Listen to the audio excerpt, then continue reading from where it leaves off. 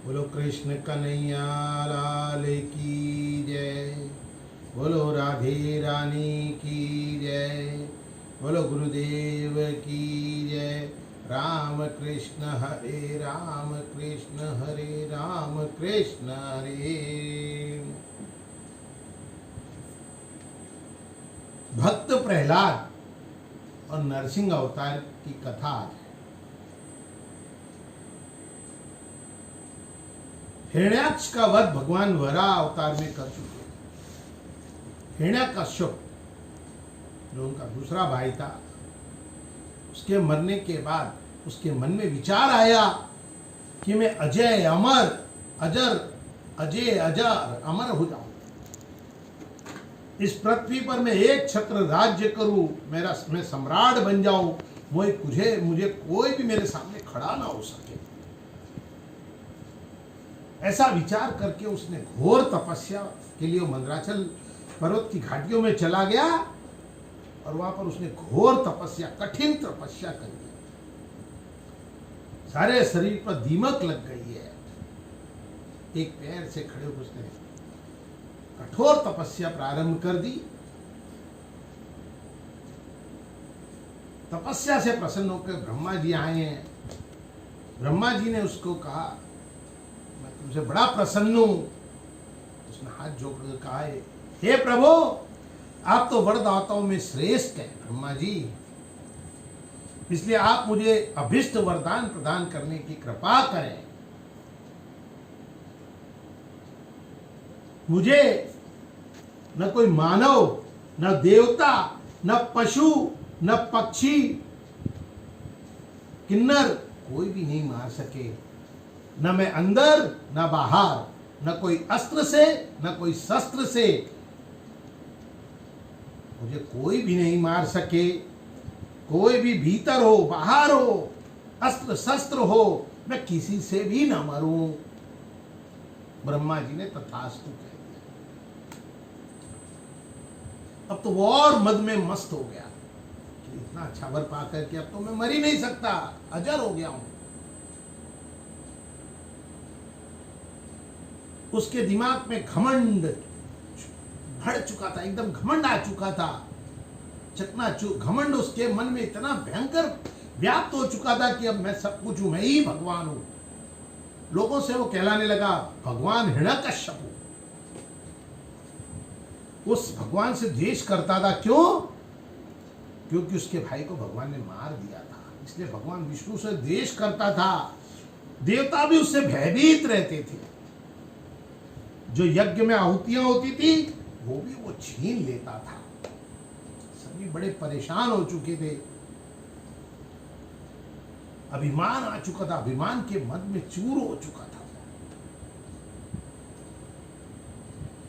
सारे देवताओं ने भगवान विष्णु की प्रार्थना की है, हाथ जोड़ के कि हे भगवान, ये कैसा वरदान दे दिया, इसने हाहाकार मचा दिया है, सभी इससे त्रस्त हैं। तो आकाशवाणी हुई है कि जो लोग देवताओं से, वेदों से, ब्राह्मणों से, गायों से, धर्म से और मुझसे द्वेष करते हैं, भगवान ने कहा है कि जो लोग ब्राह्मणों से, वेदों से, गायों से, धर्म से और मुझसे, भगवान से द्वेष करता है, उसका नाश हो जाता है। तुम लोग बिल्कुल चिंता मत करो, अभी कुछ समय में इसके नाश होने का समय आ रहा है। हिरण्याकश्यप के 4 पुत्र थे, उसमें सबसे छोटे पुत्र प्रहलाद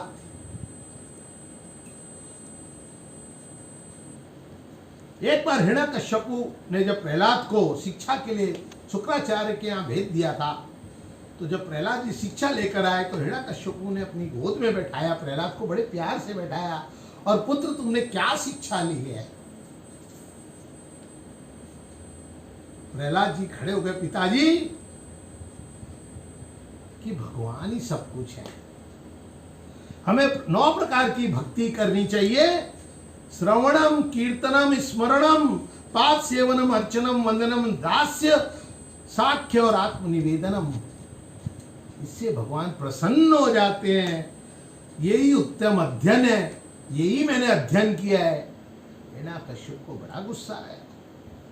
पिताजी, मैं और मेरे प्रपंच में नहीं पढ़ना चाहिए, हमें तो श्री हरि की शरण ही ग्रहण करनी चाहिए। हिरण्यकश्यप सोचने लगे, क्या बोल रहा है? अरे पुत्र, ये तू क्या कह रहा है? पिताजी, भगवान तो आप में, मेरे में, अनंत सब जगह व्याप्त हैं, सब जगह विद्यमान है। वो तो मेरा शत्रु मित्र, इसमें कोई भेदभाव नहीं करते पिताजी। हम तो पीसे को पीस रहे हैं, चबाए को चबा रहे हैं। इंद्रियां हमारे वश में नहीं है, इसलिए हम विषयों के भोगों में तत्पर रहते हैं पिताजी। हिरण्यकश्यप बोले, अरे, उन्होंने बुलाया, ये तुम लोगों ने क्या सिखाया है इसको? बेटा, मैं ही सब कुछ हूं, मैं ही भगवान हूं। प्रहलाद ने मना किया तो उन्होंने कहा, इसको अभी अज्ञान बालक है, इसमें ज्ञान नहीं है, इसको फिर से पाठशाला में ले जाके अच्छी तरह ज्ञान दो। अब प्रहलाद जी फिर से ज्ञान लेने आ गए। अब शुक्राचार्य के पुत्र उनको विद्या देने लगे। एक दिन दोनों पुरोहित नहीं थे तो प्रहलाद जी जो असुरों के बालक थे उनको शिक्षा देने लग गए। क्या देने लगे? कि ये मनुष्य जन्म बड़ा दुर्लभ है, अविनाशी परमात्मा की प्राप्ति हो सकती है, इसलिए उसको यत्न हमको करना चाहिए। मनुष्य को भगवान के चरणों की शरण लेनी चाहिए। मतलब बड़े ध्यान से सुन रहे थे, क्योंकि हम जो भी कर्म करते हैं वो प्रारब्ध हमारा, वही हम वो कर्म का फल भोगते हैं। प्रहलाद उन असुर बालकों को ज्ञान बांट रहे थे कि बुद्धिमान पुरुष को तो अपने कल्याण का ही प्रयत्न करना चाहिए, हरि नाम लेकर। भगवान को प्रसन्न करना कोई बहुत बड़ी बात नहीं है, कोई कठिन काम नहीं है, कि वो तो समस्त प्राणियों की आत्मा है। भगवान तो प्राणियों की आत्मा है। बड़े विचार में पड़ गए। भगवान तो समस्त सौंदर्य, माधुर्य और ऐश्वर्यों की खान है। जब इस तरह वो देने लगे कि भगवान का जब हम अनुपम स्वरूप होते हैं ना, अनुभव करते हैं, हम आनंद स्वरूप का अनुभव करते हैं, वही तो परमेश्वर है। भगवान को क्या चाहिए? भक्ति क्या रूप में चाहिए? हम गुरु की सेवा करें, मंदिरों में जाएं, प्रेम से भगवान का नाम स्मरण करें, भगवान की कथा स्मरण करें, भगवान चरण कमलों का हम ध्यान करें और कथा में हम श्रद्धा रखें। यही तो भक्ति है। इस तरह उन्होंने ज्ञान दिया तो असुरों के बालक ने पूछा कि हे महाराज, आपको ये ज्ञान कैसे प्राप्त हो गया? तो प्रहलाद जी ने कहा, जब मेरे पिताजी तपस्या करने गए तो सारे देवताओं ने राक्षसों के ऊपर आक्रमण कर दिया और सारे राक्षस भाग गए। तो देवराज इंद्र मेरी मां को भी गिरफ्तार करके पकड़ कर ले गए कि इसके गर्भ में जो बालक है उस टाइम मैं गर्भ में था, तो इस बालक जब गर्भ से बाहर निकलेगा तो मैं उसकी हत्या कर दूंगा। तभी उस समय नारद जी भगवान आ गए। नारद जी ने इंद्र राज को समझाया, हे इंद्र, तुम ये क्या कर रहे हो? ये तो भगवान का परम भक्त है, निष्पाप महात्मा है, भगवान का सेवक है। ये ही तो हिरण्यकश्यप की मौत का कारण बनेगा और तुम इसको ही मार रहे हो। इस स्त्री की हत्या करना, उसके बालक की हत्या करना, ये पाप है। मैं इसको अपने यहां रखूंगा। तो देवराज इंद्र ने उनको छोड़ दिया। पिताजी, मेरे मां कयादु ने वहां पर आ गई और हम नारद जी के यहाँ रहने लगे आश्रम में। नारद जी ने मुझे विशेष रूप से मेरा ध्यान रखकर मेरी मां को भागवत धर्म के रहस्य का ज्ञान दिया है, विशुद्ध ज्ञान प्राप्ति कराई है मेरी मां को। इसी कारण मुझे ये पेट के अंदर ये ज्ञान प्राप्त हो गया है।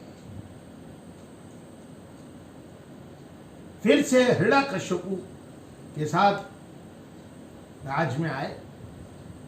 फिर हिरण्यकश्यपु ने पूछा, बेटा कैसे हो? फिर उन्होंने भगवान का बखान करने लगे। हिरण्यकश्यपु को बड़ा क्रोध आया कि अरे मूर्ख, मैं इस पूरे विश्व का भगवान हूं और तू मुझे भगवान नहीं समझ रहा है। तो उन्होंने एक काम किया कि अपने सैनिकों द्वारा उनको बंधवाया रस्सी से और पहाड़ों से फेंक दिया।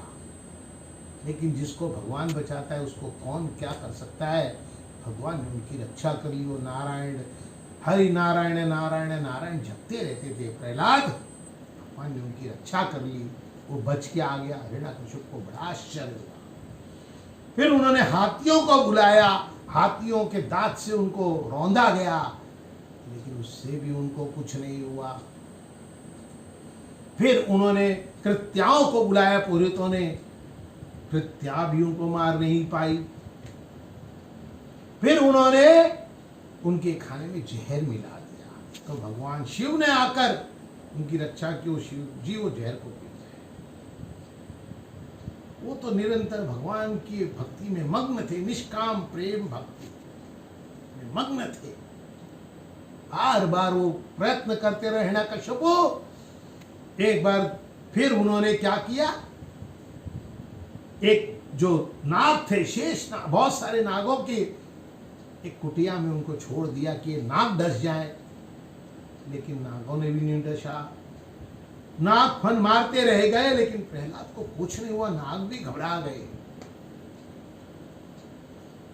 फिर एक बार उनकी एक बहन है सिंहनी होलिका, उसने उनको एक वरदान था कि वो अग्नि में जलेंगी तो वो अग्नि उनको जला नहीं सकेगी।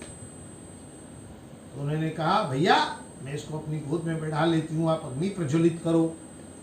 लेकिन ठाकुर जी की कृपा देखो, होलिका स्वयं जल गई और प्रहलाद तो भगवान की कृपा से सुरक्षित थे ही, क्योंकि वो तो नारायण नारायण नारायण श्रीमन नारायण नारायण भसते ही रहते थे। उनके हृदय में तो प्रभु विराजमान थे। इस तरह वो बसते ही चले गए। उनको कभी अंधेरी कोठरियों में बंद कर दिया गया, कभी समुद्र में डलवा दिया, लेकिन हर बार प्रहलाद बच जाते थे। हिरण्यकश्यपु ने बोला, बेटा, बुलाया अपने पुत्र को, बोले क्या है?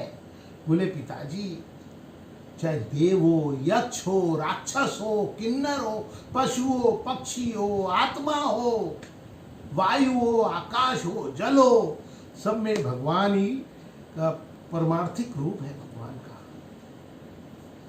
चाहे भगवान ही विद्या विद्या है पिताजी, भगवान ही सत्य सत्य है, भगवान ही विष और अमृत है, वेदोक्त और निवृत्त कमी भगवान है।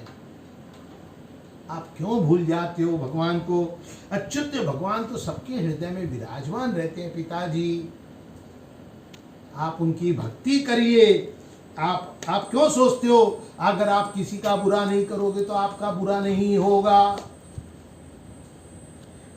जो मनुष्य शुभचित से भगवान को याद करता है, उसको तो ना मानसिक, ना शारीरिक, ना भौतिक, न दैविक दुख प्राप्त होता है। इसीलिए मुझे कोई दुख प्राप्त नहीं हुआ। मेरे निरंतर भगवान का स्मरण करता रहता था। हिरण्यकश्यप को बड़ा क्रोध आया। उसने कहा, भगवान की लीलाओं का, उनके पराक्रमों का, उनके अनुपम गुणों का, चरित्रों का श्रवण करने से मनुष्य का रोम रोम खिल उठता है। खिलने से उसके आंखों से आंसू निकलते हैं, उसका कंठ गदगद हो जाता है। वो मगन होकर, आनंद करके और मस्त हो जाता है आदमी। जब मगन होता है आदमी, आनंद की अनुभूति होती है तो नाचने लगता है, गाने लगता है।